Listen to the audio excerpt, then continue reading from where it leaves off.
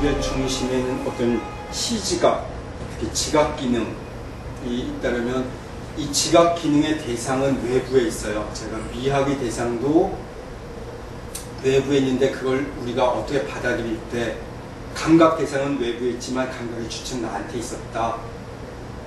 그래서 미학이 학문으로 가장 늦게 나온 거였다. 왜? 철학이라든지 많은 과학들은 이렇게 대상과 인식 주체와 떨어져 있는 객관성이 있었지만 미학은 바로 이런 분리감 때문에 학문하기가 어려웠다는 얘기를 했죠. 그래서 감각에 대한 것들도 다 달랐다고. 그래서 경험되는 것은 똑같지만 이해되는 건 다른 이유가 거기에 있었다고 얘기를 했어요. 이런 차이들 때문에 미학이 어려웠고 불교 미학은 역시 또 더 어려운 건 수행과 관련된 것에 대한 선입견 때문에 우리가 어떤 감각적 즐거움을 추구하는 것이 마치 무척 삿되고 저급한 또 수행자답지 못한 거라는 오해 때문에 이렇게 얘기가 복잡하게 몇 가지 나왔죠. 그런데 이런 외부 대상에 속하는 것을 우리 인간 내부의 것으로 변형시킬 때 또는 끌고 들어올 때 다시 말해서 그것이 표상이라고 얘기할 수 있어요. 표상으로 해석하는 것은 우리 지금도 이런 도형을 우리 뭐라고 얘기했죠? 프리젠테이션이라고 얘기했잖아요. 그렇죠?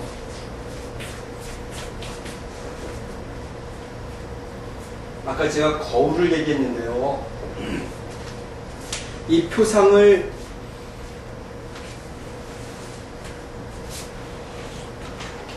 어떤 말을 표상이라고 번역했냐면 리프리젠테이션을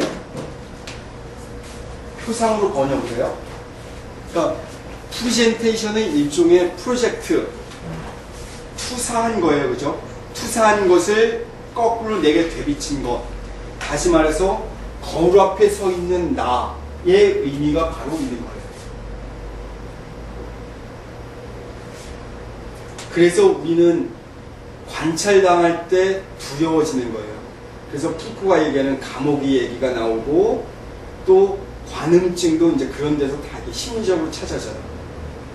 그리고 모방에 대한 미미크리에 대한 현상도 마찬가지입니다. 그래서 미학에서는 이런 아주 예민한 우리 내면에 있는 근본적 욕망도 인정하고 감각적 기능들을 찾아가면서 접근하죠. 그러면 이런 것들을 근대 이전까지는 어떻게 봤냐면 도대체 그럼 우리가 무엇을 어떻게 볼 수 있었을까? 내부 시각 얘기가 아닌 이전까지 얘기하면 밝은 태양을 내가 볼 수 있으려면 내 눈에 이걸 비춰주는 뭐가 있어야겠다고 봤던 거예요. 다시 말해서 한쪽 손으로 소리쳐서 들릴 수 있는 소리는 없죠. 그죠? 치면 맞대응을 해주는 반사체가 있어야 된다고 했던 거예요. 리프레젠테이션, 표상이 되려면. 근데 이 거울에서 수은막을 벗겨버리면 어떻게 될까요? 그죠? 여기서 착안한 것들이 고대인들, 근대 때까지도 도대체 무엇을 보고 한다는 건 무엇이었을까 이걸 고민하다가 거기서 나온 개념이 카메라 중에 루시타예요.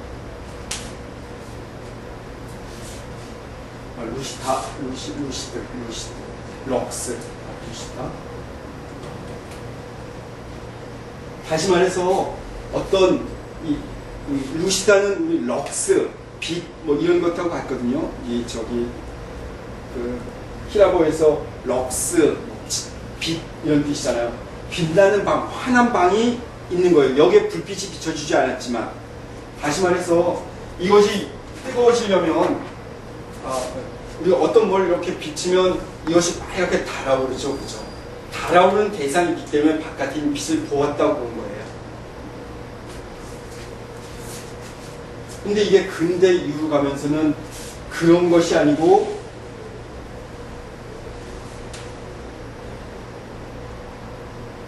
카메라 옵시쿠라, 암실. 여기는 명실이라면 밝은 곳이 있어서 시각 기능이 오케이가 됐다면 여긴 잠시 어두운 방이 있어야만 가능하다라고 하는 180도 전도된 생각이에요.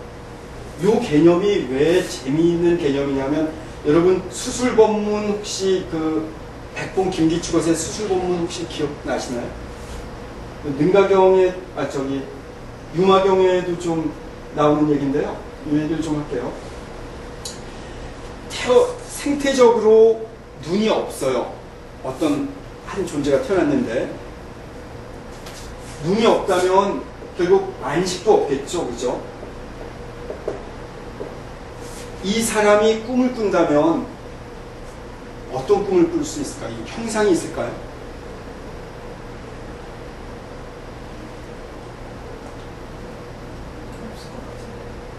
예, 여기에서도 이 카메라 루시다와 카메라 옵스큐라 있다고 주장하는 학자들도 있고요, 없다고 주장하는 학자들도 있어요. 지금 이건 여전히 이 인식론에서도 중요한 문제예요.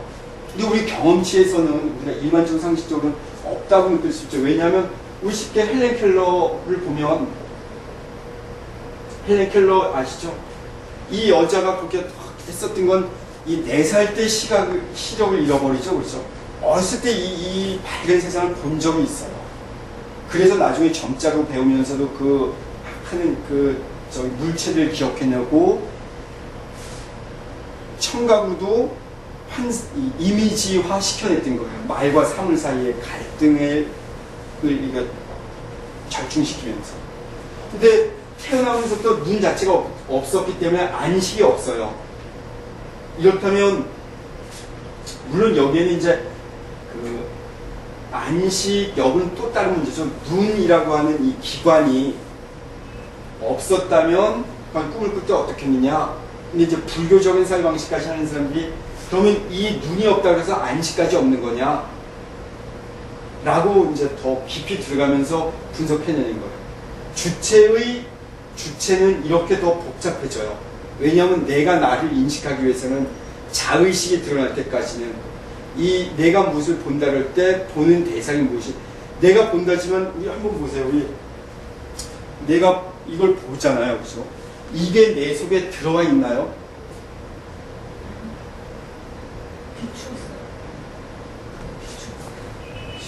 자, 이거 재밌게 얘기해볼게요. 우리 물질은 현대 과학자들이 입자로, 그러니까 요소 환원주의자들은 모든 것을 가장 근본적 요소로까지 쪼갤 수 있다고 생각해요. 불교 철학의 하나도 요소 근본주의적인 성향이 있어요. 이 요소 근본주의라고 하는 것이 바로 4대를 얘기하는 거예요. 지수화풍 얘기하죠. 그래서 이것들을 한마디로 일컬으면 현대과학은 물질이라고 하는데 물질은 2가지 속성이 있다고 그러죠. 그죠? 입자와 파동. 입자설에 의하면 저기서 어떤 입자들이 아주 미세하게 나오죠. 그죠? 빛을 통해서 그걸 검토하잖아요. 그래서 빛의 굴절이다, 회절이다. 그래서 이제 입자임을 증명하기도 하고 파동임을 증명하죠. 그러면 저것이 아무튼 입자라 해도 파동이라 해도 저기서 나오는 어떤 에너지 때문에 내가 본다는 거 아니에요.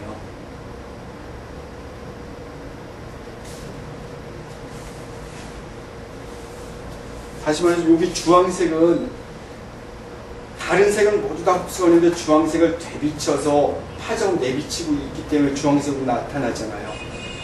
그죠? 모든 색을 흡수하면 검은색도 아니고 투명한 어떤 거가 될 거예요. 다시 말해서 모든 걸 흡수했다는 건 카메라 옵스큐라에 대한 얘기거든요. 근데 우리 지금 금방 얘기한 건 카메라 루시다에 대한 얘기예요. 우리 눈도 마찬가지로 이루어져 있다고 본 거예요. 그래서 눈과 안식, 헬렌 켈러 얘기까지 나오는데 이 책 이름은 어디 있어요? 이 책을 봤을 때. 어디 있냐고요? 눈 속에 있어요? 아니, 눈 밖에 있어요? 인식하는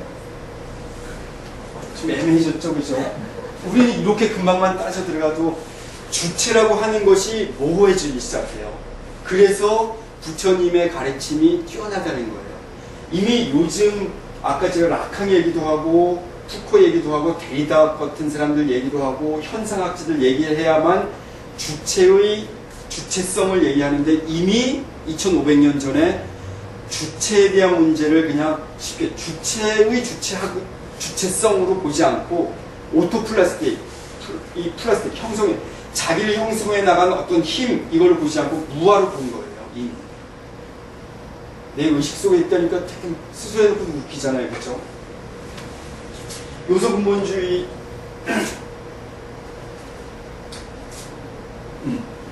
수술법문은 이런 것으로 시작해요. 그러니까 유마겸에서 유마거사 이제 이 김기추라고 하는 백봉 김기추라고 하는 사람이 이 수술법문을 잘 쓰는데 아주 그 당시에 유명한 그 마술사들이 있었어요. 아주 이 사람은 아니지만 아주 천인들에 가까운 신통한 능력들을 가진 존재. 그래서 사람을 갖다 놓고 이 사람 팔을 잘라서 저 사람 붙여주고 이 사람 팔을 바꿔줬어요. 보살님 팔을 잘라서 저한테 붙이고 제 팔을 잘랐어요. 거기 가 있는 팔은 누구 팔이에요?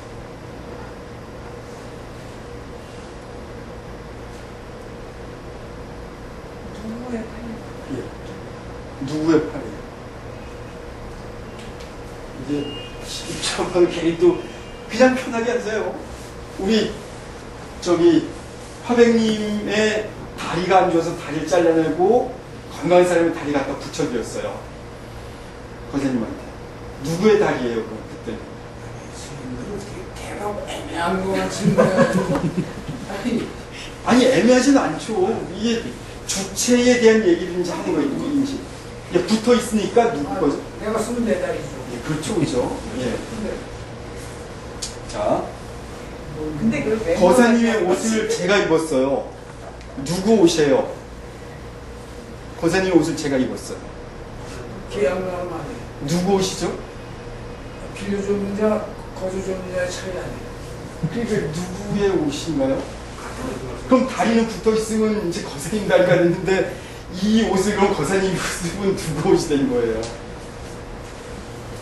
이 주체에 대한 문제가 끝없이 계속 반복돼요. 일의 시간과 공간에 대한 얘기가 밀접하게 돼 있고요. 불교 미학에서는 이런 문제를 다뤄서 이게 이제 너무 책상 모임으로 가면 우리 현실 못 살게 하는 일인데 이게 누구에게요, 금방? 달마대사가 면목하다 보니까 원래 잘생겼던 왕제였다면서요. 그랬더니 어떤 놈이 와갖고 저 얘가 참선에 들어가고 딱 사마티에 들어가 있으니까 옷이 껍데기가 좋으니까 지금 후딱 바꿔 입었고 그래서 달마가 왔더니 짙게 없어지고 어디 그래서 뭐 썩어도 명호도 흉측해졌다 이 얘기를 하잖아요. 누가 주체냐는 문제는 여기서 이제 더 나가요. 수술법문은.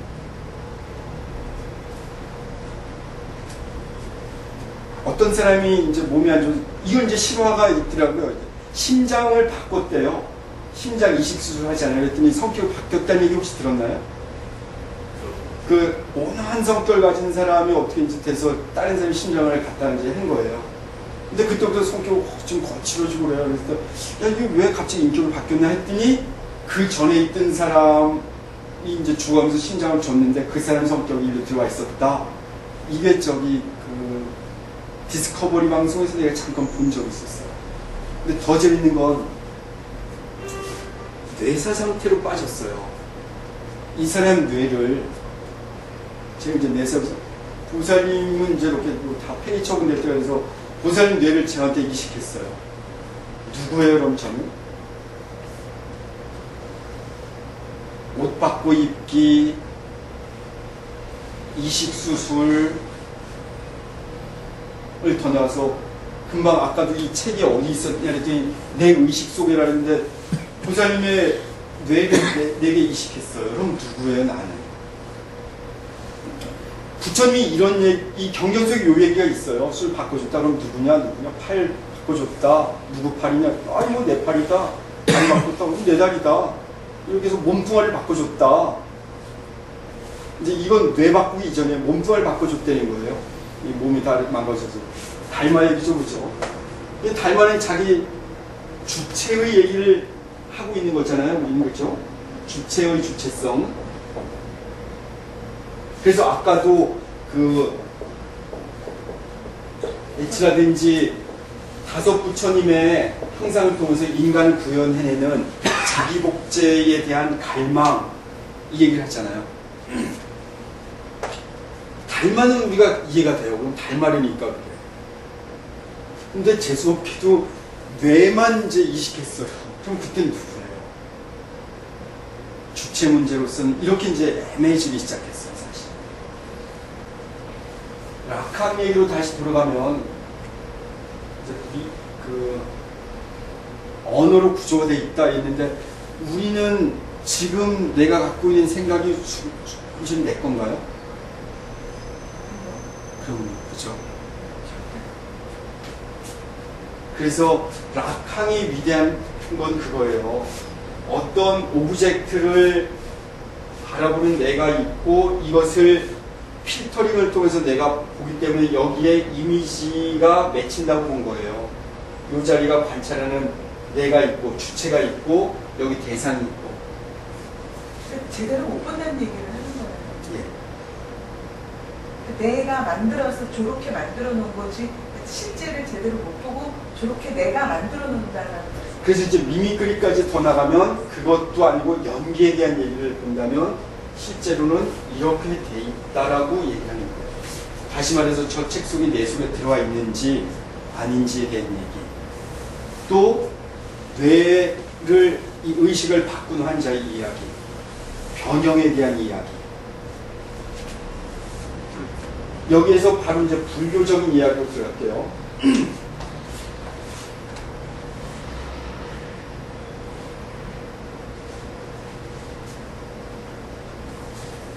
그냥 애매한 부분이 있으면 뭐 그냥 좀 나중에도 저도 이 부분을 계속 검토해 나가면서 이 책 전체 보면서 계속 이제 아이디어를 계속 더 얻고 있는데 힘들어요. 사실 이런 이 미학 자체를 그냥 뭐 제가 그랬잖아요. 그죠? 전처럼 그냥 서양에서 이해한 미학이 실제 미학이 바움가르텐이라는 사람이 1860년대에 1860 이 헤겔의 제자였거든요. 바움가르텐.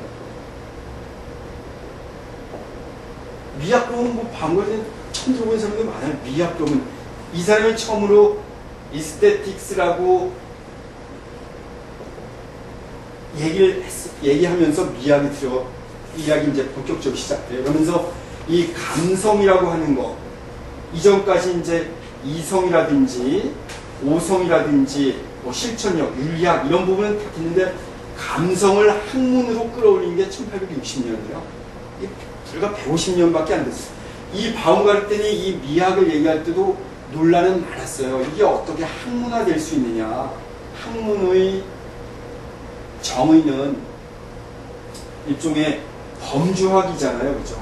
카테고리를 짓고 그리고 동일성과 차이를 구분해내고 유사성을 검증해내고 가장 중요한 건 재현되는 디지털화돼서 개량화시켜낼 수 있는 여기서 느낀 걸 저쪽에서 느끼고 어제 느낀 걸 내일도 느낄 수 있어야 되거든요. 근데 이 감성의 문제는 그렇지 못한 걸 항화시켰기 때문에 지금도 우리가 미학 그러면 대부분 애매해요. 근데 미학이라고 많이 붙여있어요. 요즘 웬만한 성형수술 뭐 미학적으로 수술한다. 또는 저 미용실에도 뭐 하다못해 오늘도 이렇게 지하철 타고 나오니까 뭐 자고 일어나면 그때 당신의 속눈썹이 굵고 길어진다. 이런 속눈썹의 미학적인 결정체. 뭐 이런 식으로 막 뭐 이렇게 선저 문구가 있고. 아, 속눈썹의 미학? 좀 그런 생각을 잠깐 하다 왔어요. 그 심지어는 이 감각의 미학, 그래서 우리 먹는 것도 미감각의 미학을 추구하잖아요. 그죠? 식도락가들의 이 미적 감각을 얘기하면서. 명실과 암시의 문제는 불교 철학이, 제가 아까 불교 철학이 부처님이 얘기하지 않은 것들을 노골적으로 얘기하면서 사마티 얘기하고 신통력 얘기하죠. 그래서 지금도 세조는 실제로 니까야를 읽어보면 성급스님 통해서 많이 배우셨을 거예요. 뭐 신통들, 뭐 우주의 근원, 뭐 자아의 존재 가능성 이런 것들을 14가지를 물어요. 야, 이게 있었더냐 없었더냐 뭐 이런 거를. 이게 만동자의 질문에 대해서 14무기라고 그러죠. 그죠? 10가지가 아니고 14가지. 예, 14가지. 뭐 우주가 처음부터 있었던 거냐, 없었던 거냐, 있었던 거기도 하고 없었던 거기도 하냐, 있었던 것도 아니고 없었던 것도 아니냐 이러면서 그 4가지 중요한 질문의 가치론적 얘기를 쭉 해나가면서 14무기를 얘기해요. 근데 이거에 대해서 부처님은 무기 대꾸도 안 했어요. 근데 이것들이 후대로 가면서 제가 아까 요가짜리야, 육아행파, 육아행자들.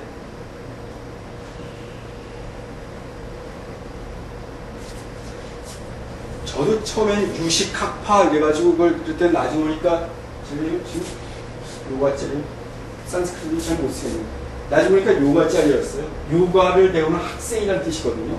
브라마짜리야, 브라만 행을 하는 사람, 무슨 짜리야. 그래서 여기서 나온 게 아사리판 얘기하죠, 그죠? 아짜리가 나오는 거예요. 여기서 아는 부정어가 돼갖고 배운 무위, 무학, 이미 다 배운 사람을 아짜리아라는 거예요. 이 배움이 더 필요 없는. 그래서 아짜리아도 얘기하는데, 요가짜리아 이 유식학파에서는 부처님이 배격했던 걸 좀 노골적으로 파고들어요. 그래서 신비를 얘기하는 것이 신비주의화되죠. 깨달음도 개량화시키려고 무척 노력을 했어요. 티베트 불교까지 가서는 아주 그 토속신앙과 절충되고 신통에 대한 얘기를 무척 많이 했고, 물론 부처님도 신통을 얘기 안 하신 건 아닌데 신통제인 목건령이 뭐 죽고 이랬을 때 이런 해석도 해주고, 그 아사세왕과 뭐 귀대희 부인 얘기 때문에 무량수경 얘기도 좀 하면서 이제 그런 신통을 좀 보여주셨지만 그걸 좀 배격하려고 그러죠. 지금 여길 살도록 그렇게 얘기를 하셨어요. 왜냐하면 이 당시 힌두이즘이 원체 이렇게 그 사람들을 더 적극적으로 몽환 포용의 세계로 끌고 갔기 때문에 거기로부터 되돌려 주려고 하셨기 때문에. 그럼 여기에서 우리 초기 불교, 이런 불교의 흐름, 이 미학 큰 덩어리를 본다면 티베트 불교가 늘 얘기하는 게 이런 얘기를 해요. 아티샤가 종교 혼합주의자라면서 자기가 혼합되어 있기 때문에 순술지향, 파시화되는 그 묘한 흐름이 있는데, 물론 이걸 파시화라고 그러기가 좀 애매하겠지만 순수를 지향하고자 노력하면 파시화될 수 있는데요. 티베트 경전에서는 끝없이 자기네들의 많은 경전을 얘기하는데, 우리의 이 가르침은 세준으로부터 시작해서 중간학파의 플러스 귀륜논증파, 중간학파로부터 이어졌고 그의 귀륜논증학파의 가르침 그대로 이어온 가르침입니다. 그러면서 정통성을 얘기해요. 가르침의 정통성. 근데 저는 사실 불교가 좀 안타깝게 된 게 중간학파가 나중에 한 600년에서 800년 사이에, 그러니까 티베트 불교로 올라가 인도에서 괴멸되기 직전, 그리고 티베트로 가면서 어떤 현상이 나오느냐면요, 자립논증파와 규륜논증파가 엄청 사상적인 투쟁을 해요. 그래서 불교 논사끼리 죽고 죽이는 일이 있었어요. 자립논증파는 이 원어로 하면 스바딴트리카예요. 스바라는 말은 나, 자기라는 거고, 딴트리카. 규륜논증파는 뿌라상지카, 쌍가,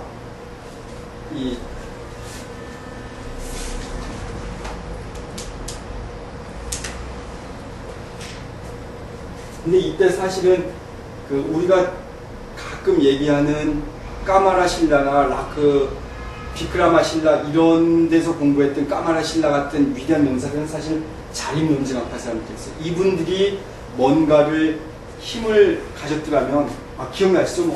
그 비크라마실라에서 뭐 나란다데하 뭐 이런 얘기들.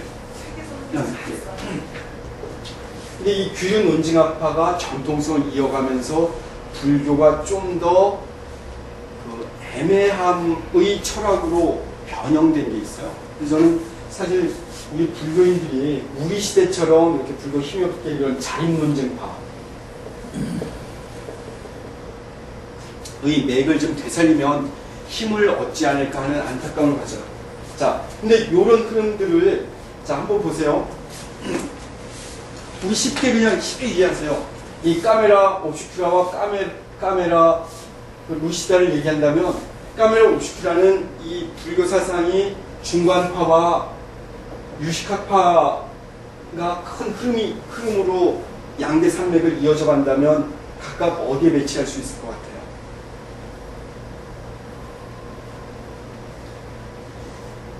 텅 빈 자리, 이게 공성을 얘기하는 본질이겠죠, 그죠? 카메라 옵슈큐라가 암실, 무엇이 들어가도 다 자기가 드러나지 않는 해체됨. 주체의 주체성을 얘기하는 건 바로 해체를 얘기하는 거거든요. 불교 철학이 갖고 있는 위대함. 그러면 카메라 루시다는 바로 있음을 추구했던 거죠, 그죠? 그래서 있음을 추구한 사람들이 아류의식까지 얘기하고 제11식까지 갔던 거예요. 이게 유식 쪽인 거예요. 근데 보세요. 우리의 감각에 대한 것도 이런 시각도 이렇게 구분했다면 부처님은 근본적인 자리에서는 사실 루시다하고 옵스큐라를 자체도 인정 안 했을 뿐더러 카메라 자체도 사실 없었다고 얘기하신 겁니다. 그 추구하지 말라. 그렇다고 해서 우리가 이런 흐름들로 갔다 그래서 이거를 불교의 자리가 왜곡됐다고 보지 않아야 한다는 건 정신의 성장으로 봐야 하는 거예요. 전 이런 데서 저 스스로 요즘 수행자로 산다는 게 어떤 갈등이 있는가, 특히 성법 보고 나서 좀 안타까운 건 든 거예요. 우리가 이런 정신주의, 고결한 정신주의, 정통성, 본질 자체를 추구하는데 사람은 안 모여요. 적당히 좀 믹싱을 해야만 온다는 거예요. 다시 말해서 여기 이렇게 고민을 하면서 보면 현행 불교의 뭐 천도제도학 이게 좀 힌두이즘이 들어와 있는 형상이 뚜렷하거든요. 그리고 우리 저기 뭐 산신각도 있고 뭐 용왕 산신각도 또 뭐죠? 용왕각 뭐 별게 다 있잖아요. 이런 힌두교의 만신전처럼 막 다 믹스를 해놓는 거예요. 그런데 이게 가능했어요. 그래서 이걸 배격하려면 아무것도 없는 자리예요. 이런 갈등들. 그래서 이 종교성을 배격하고 철학성만 추구하면 아주 고단한 삶이 되는데, 종교성을 얘기하면서 기복화되면 사람들을 끌겠지만 온전한 정신을 살지 못하는 이 양날의 칼에서 어느 자리에 설 것인가 하는 게 21세기 불교의 고민이고, 아마 이 법성원에서 공부하는 이 자리에 와 있는 저도 그렇고 여러분들도 이런 고민을 여전히 좀 하게 될 것 같아요.